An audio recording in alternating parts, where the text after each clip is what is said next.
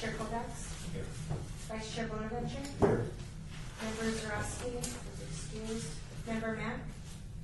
Excused. Member Fincham. Excused. Member Cherry. Here. Member Mathis. Here. Member Sylvain. Here. Member Dykes. Excused. We do have a quorum.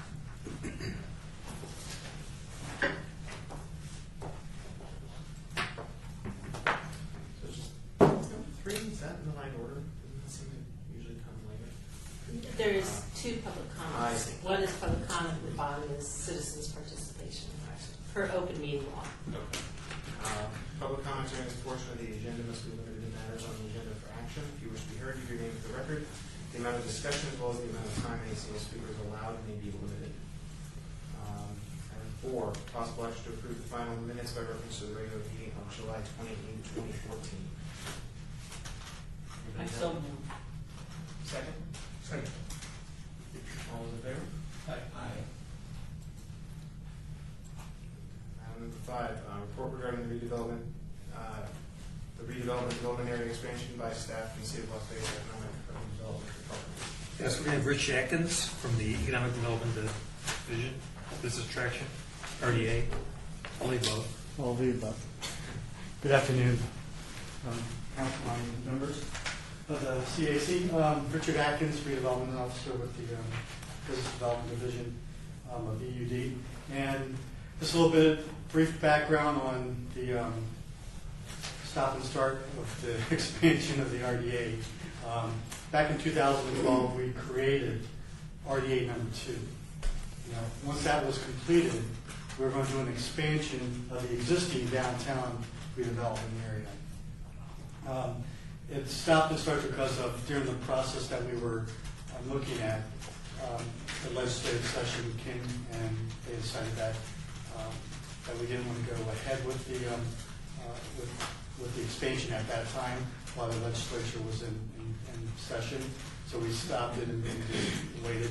Then at the same time, over the following 6 months, some executive members and council members wanted to expand our previously proposed area. And what we did was, Councilman Coffin wanted to include this area right here, the Maryland Parkway, from Sahara up to Charleston, because the RTC is looking at doing some significant changes in regional transportation right there. We had some input also from Spectrum Business Park, a city-owned business park over here, along with where the bottling plant is and where the school is. There's some vacant land where the school district may want to sell that land, and they asked to be included in that part of the redevelopment area. And then we filled in the hole with, we had some conversations with a representative from the Paiute Nation who owns some of the property right here in this general government services area, corridor right here at Maine and Vegas and Washington. So we included those areas. And then there were, let's see, and then Scott Adams wanted to include the medical district over here. Project Area D. And then also, at the same time, since we have an RFP going out for the Cashman Center over here, it was decided that we would look at these areas as well to include in the expansion. So these are proposed expansion areas for redevelopment area 2. It was going to be the downtown redevelopment area expansion, but we only have a life of another 16 years on that. AB 50 was passed in the 2012 legislative session, which gave the agency for those areas that redevelopment areas that were created before 1991 an additional 15 years if you qualified in certain criteria. We had a contract with Applied Analysis to look at AB 50 to see if we met those criteria, and we did not meet those criteria. So it didn't make much sense to do an expansion when we came and found out for 20 years if we're going to do some type of a project that's going to require bonding out or tax increment. So we decided to we had two other options: create a new RDA area, which would be RDA number 3, which entailed a longer process to create. Since we just started RDA number 2, it still has 27 years left on its life cycle.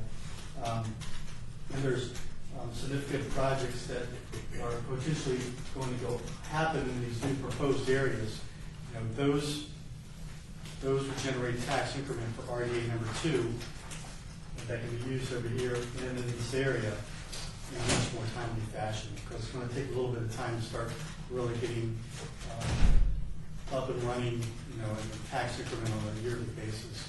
So that's sort of the reasoning why we went and decided to do an RDA number 2 expansion instead of just a downtown expansion.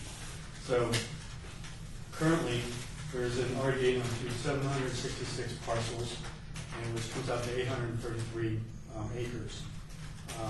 This expansion will add another 1,470 parcels, another 944 acres. And most, a lot of that is the smaller parcels, a lot of residential in this area right here. Let's see.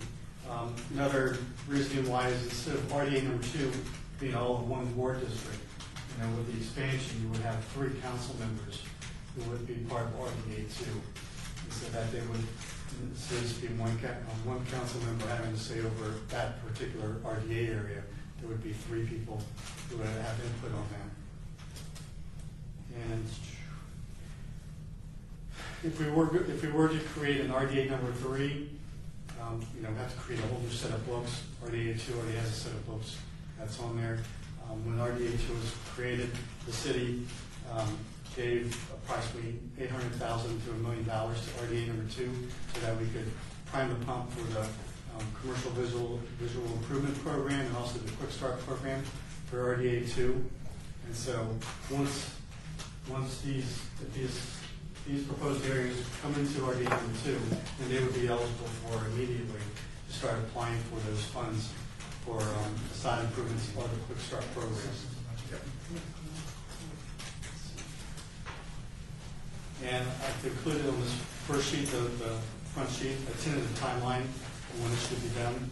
And we're looking at going to council, I mean, redevelopment agency board in first meeting in November, and then going to planning commission in December, and then city council in January, and starting the ordinance process, and hopefully to be done by the second meeting in February. We are going to brief council next week on this because we rearranged the expansion plans from just a downtown redevelopment area to the redevelopment area 2. So we'll be briefing them next week to get their input on that and take direction from them. And this is our proposed schedule. We hope to be able to complete it by that time. I'm open for any questions. Two quick questions. So between expansion of the downtown area versus expanding RDA 2, no substantive difference there, really, other than the length. Right, exactly. So same eligibility, same programs. Correct. And just out of curiosity, what criteria did the downtown district not meet under the Well, once the 1986 redevelopment area was created, and if I use the right terminology, each project that the redevelopment agency did in the original downtown area, the assessed value had to be higher in 2012 than it was back in 1986. And we had a handful of projects that did not qualify. And so all of them had to, but by the way the legislation was written, all of them had to meet that criteria, that the assessed value was higher in 2012 than what it was when it was created in 1986. So that, and you know, we could possibly think about going back to the legislative session and get cleanup language to where it's just the 1986 assessed valuation for the whole area to compare to today. But that's to be decided amongst the executive committee and the city manager's office if they're going to go back and do something like that. That's the reason why we couldn't be able to do that. Okay, I vaguely remember that a discussion of something like that, so, okay. Question, Madam Chair, did we get any benefit with the change to AB 50? Redevelopment? No, we didn't. I mean, the intent of it was to, it's just a matter of the wording of the legislation. When it was written up, it was just, it was just written up poorly. It was a definitional, Legislative Council Bureau thought project meant something, project, when we say project area, they said the word project. So it was something at the last minute when most legislation is passed at the legislature in the legislative session. It happens at the end. There's not time at that point to really change it.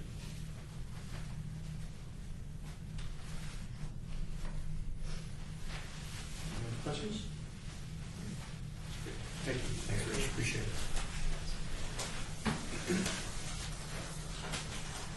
Next report regarding medical district by staff in the city of Las Vegas' economic and urban development. We're going to have Shawnee Coleman. She's been the point for the medical district. I talked about this before, and she gave me a bit of an update. Yes. So as Rich mentioned, we're looking at adding the medical district into the RDA, and what that means is that things in the medical district will now be eligible for the different incentives, just like everything that's available in the RDA. Likely what will happen is we are looking at developing specific incentives for the medical district. Since the medical district, the industry is so targeted, one of the things that we're looking at is doing, based on some of the research that we've done in the area, outside of just the VIP, but looking to bring a broader range of retail and or neighborhood services to the area, because that's one of the things that we've heard is lacking. Another update is that we are strongly pushing to get the medical school. Recently, the NSHE actually approved a working budget for next year for the medical school. So we are having heavy conversations with NSHE to try to determine the best location for a medical school in the medical district. Last but not least, we are working on a master plan for the medical district. We completed an RFP. We are now in the evaluation stages of that RFP, and we hope to have a consultant on board end of October or early November, and actually start planning out a medical district. And one of the things that we want to do in planning out the medical district is identify a location for the medical school and work with NSHE. So at the end of the day, as they go to the legislature, they ask for additional funds to actually fund and build the medical school.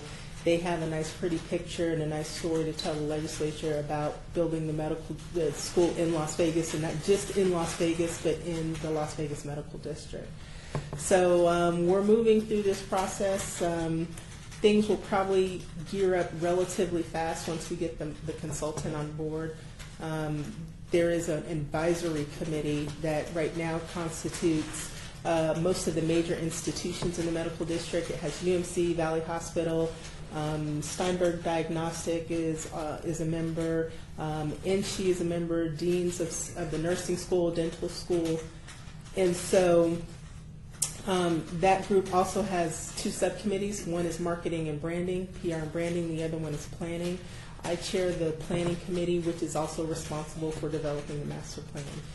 And so we have decided to meet on a monthly basis, working with the consultant to develop that master plan, so that the institutions involved that are already in the medical district, we can incorporate their growth into the master plan that the city built. So this is going to be a well thought out, planned out, not something that's just kind of thrown together. We are also looking to, not incorporate into the downtown master plan. We're looking at the medical district master plan to actually complement what's going on downtown. So everything kind of works together because they're very closely related logistically. And so we just kind of felt it made sense for the two to actually work together. So I'm trying to think what else. Oh, Southern Nevada Strong. Southern Nevada Strong is winding up. Southern Nevada Strong was more of a kind of a due diligence research project. They're doing a number of entities, as Rich talked about. There's a opportunity site that they're working on in the city of Las Vegas on Maryland Parkway, but the medical district was also an opportunity site. We have just finalized the investment strategy from Southern Nevada Strong, and we hope to bring that to council either the first council meeting of October or the second council meeting in October. And the Southern Nevada Strong document will act more as a base for planning. So it talks about changes to regulatory issues, zoning, planning, gives suggestions as far as how to deal with parking as we grow. It incorporates some issues as far as transportation, adding bike lanes and pedestrian routes, things of that nature. So it has some information as far as, because they did an outreach to all of the neighborhoods, not just the medical institutions. So it actually incorporates information regarding what the homeowners and the residents in the area want to see. And so this is good information that we will also use to incorporate into the master plan, because we believe the residential neighborhood as well as the medical institutions themselves need to kind of work together. So, and I'm happy to answer any questions if you have anything. I just have one quick question. You basically answered it right before I related, asking if there was a transportation component.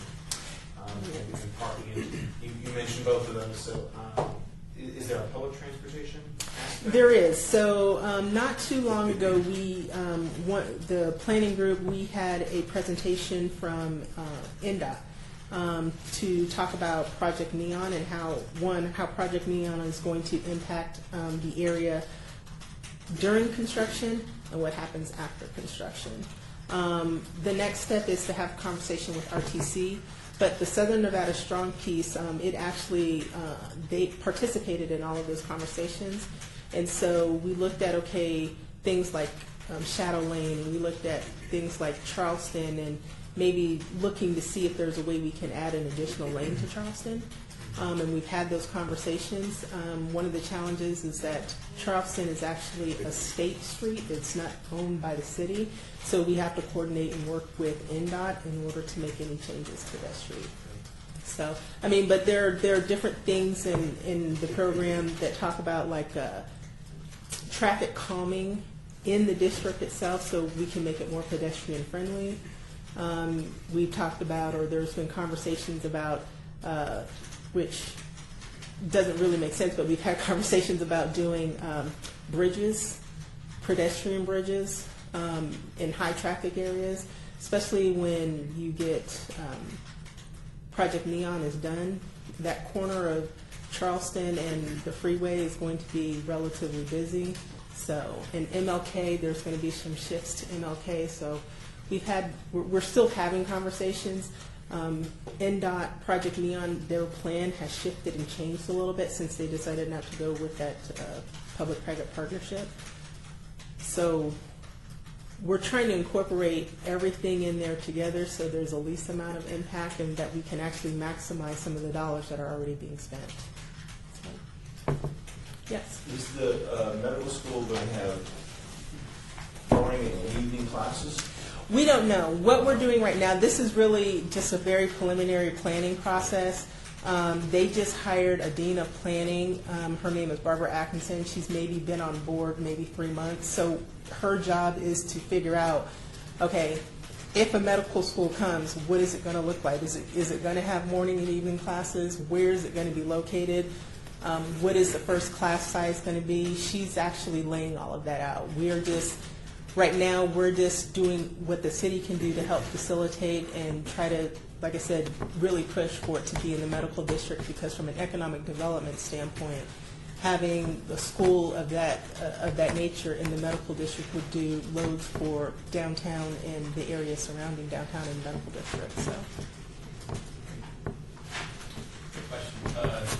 The Southern Nevada Strong on that board has been an amazing collaborative effort. Right. Is there anything on the city website that will show that document when it's final? Yes. So Once City Council, well, when we have the agenda item, the document itself, the final investment strategy will be a backup item. I'll have to work with planning to see, because technically it's going through planning, to see if they plan to incorporate that into their website. But if they don't, then I'm sure that EUD can incorporate that into our website. It's still economic development, so one way or the other, we'll try to get it up there. Yeah.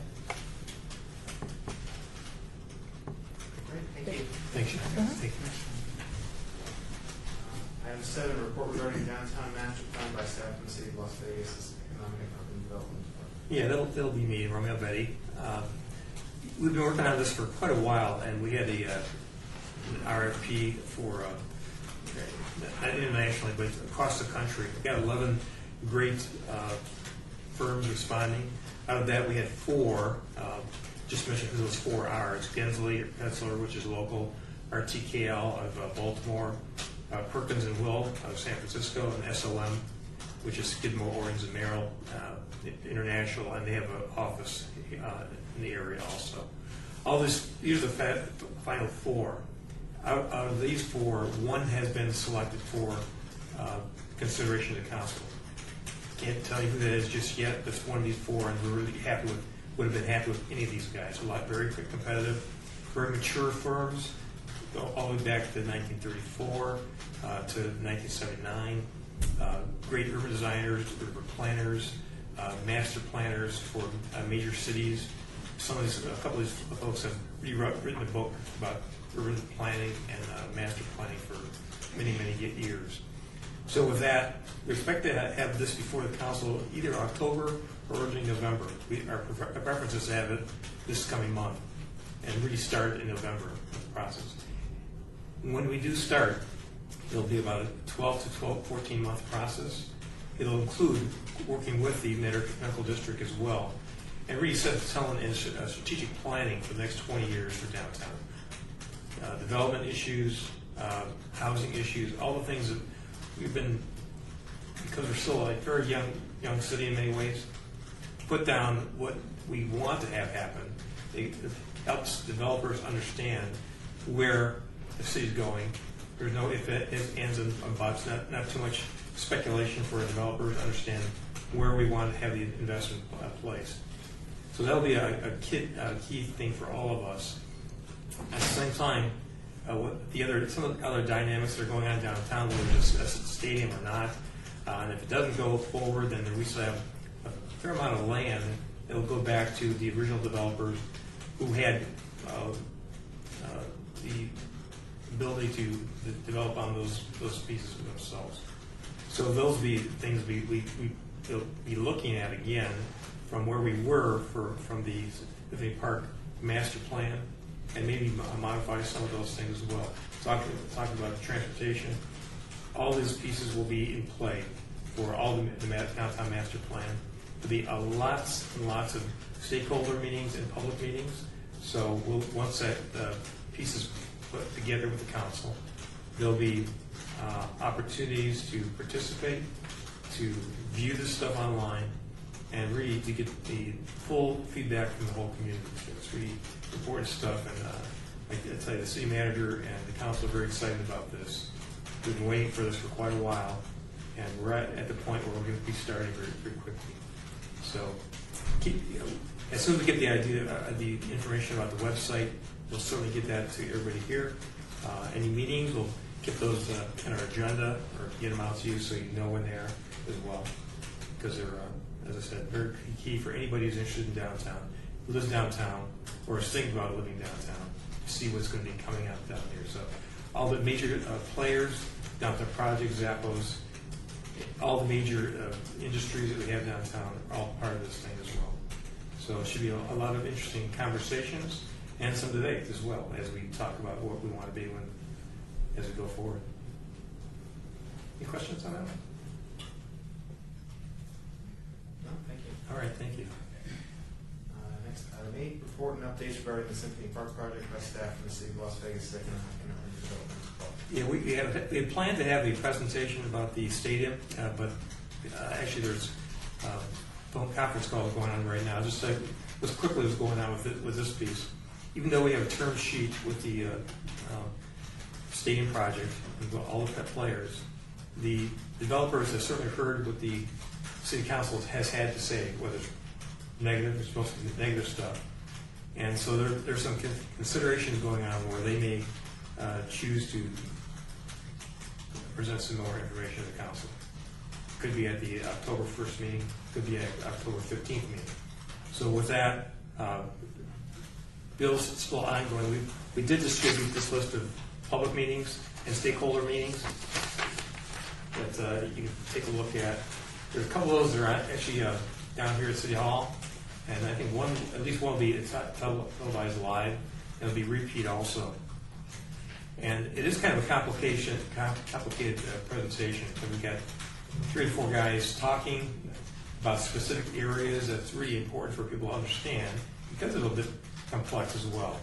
So we don't want to do it in this or not give it the proper kind of venting that we should have without those folks here. So probably another meeting, and we'll probably bring them or 1 or 2 of those guys to come here to do full presentation and ask questions as well.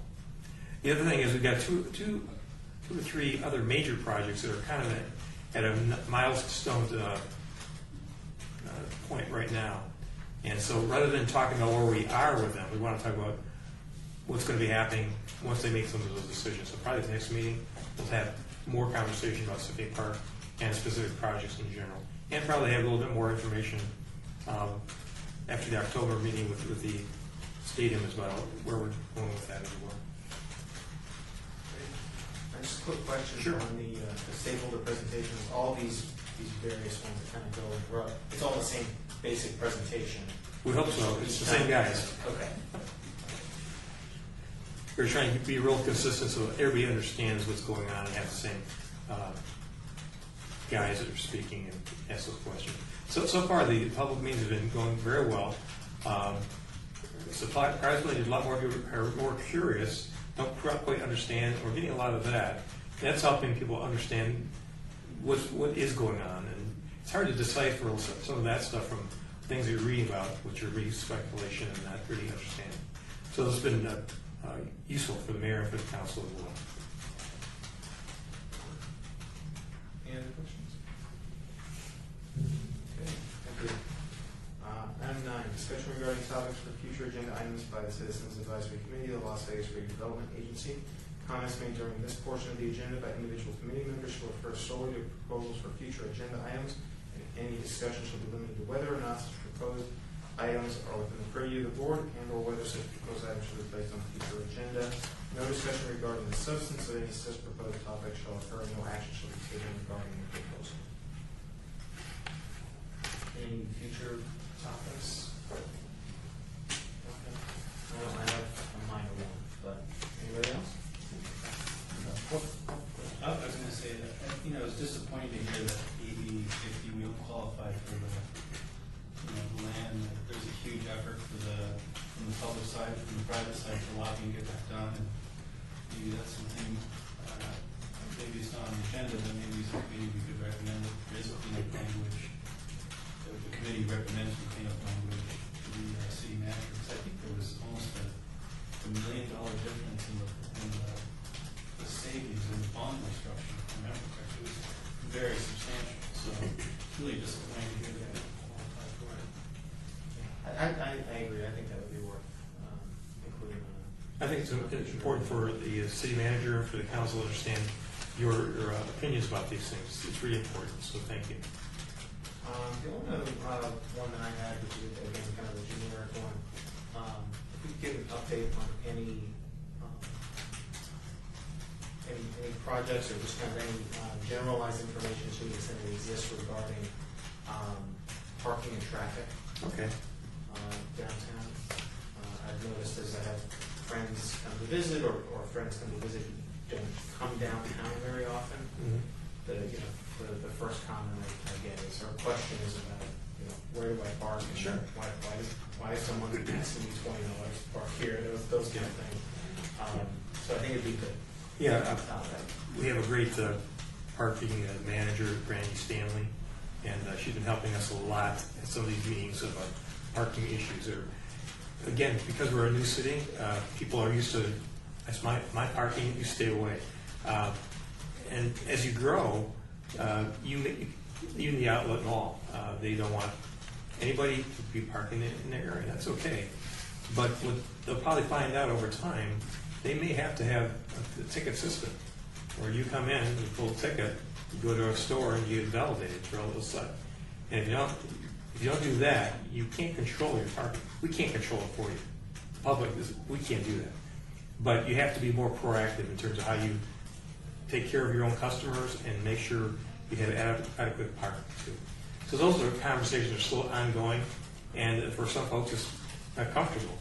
But the city will continue to grow. Whether this city happens or not, something else will happen that'll impact everything.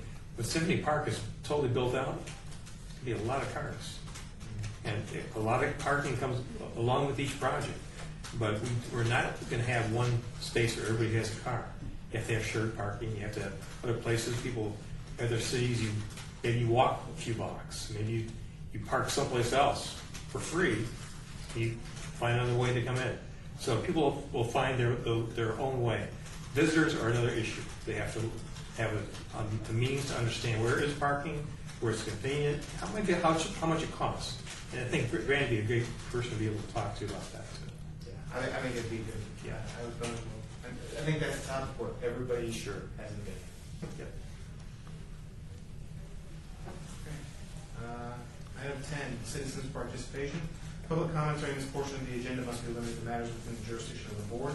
No subject may be acted upon by the board unless that subject is on the agenda and is scheduled for action. If you wish to be heard, your name is the record. The amount of discussion on any single subject, as well as the amount of time any single speaker is allowed, may be limited. Any takers? Not today. All right. All right. Any other comments or questions? Thank you very much for coming. We appreciate it.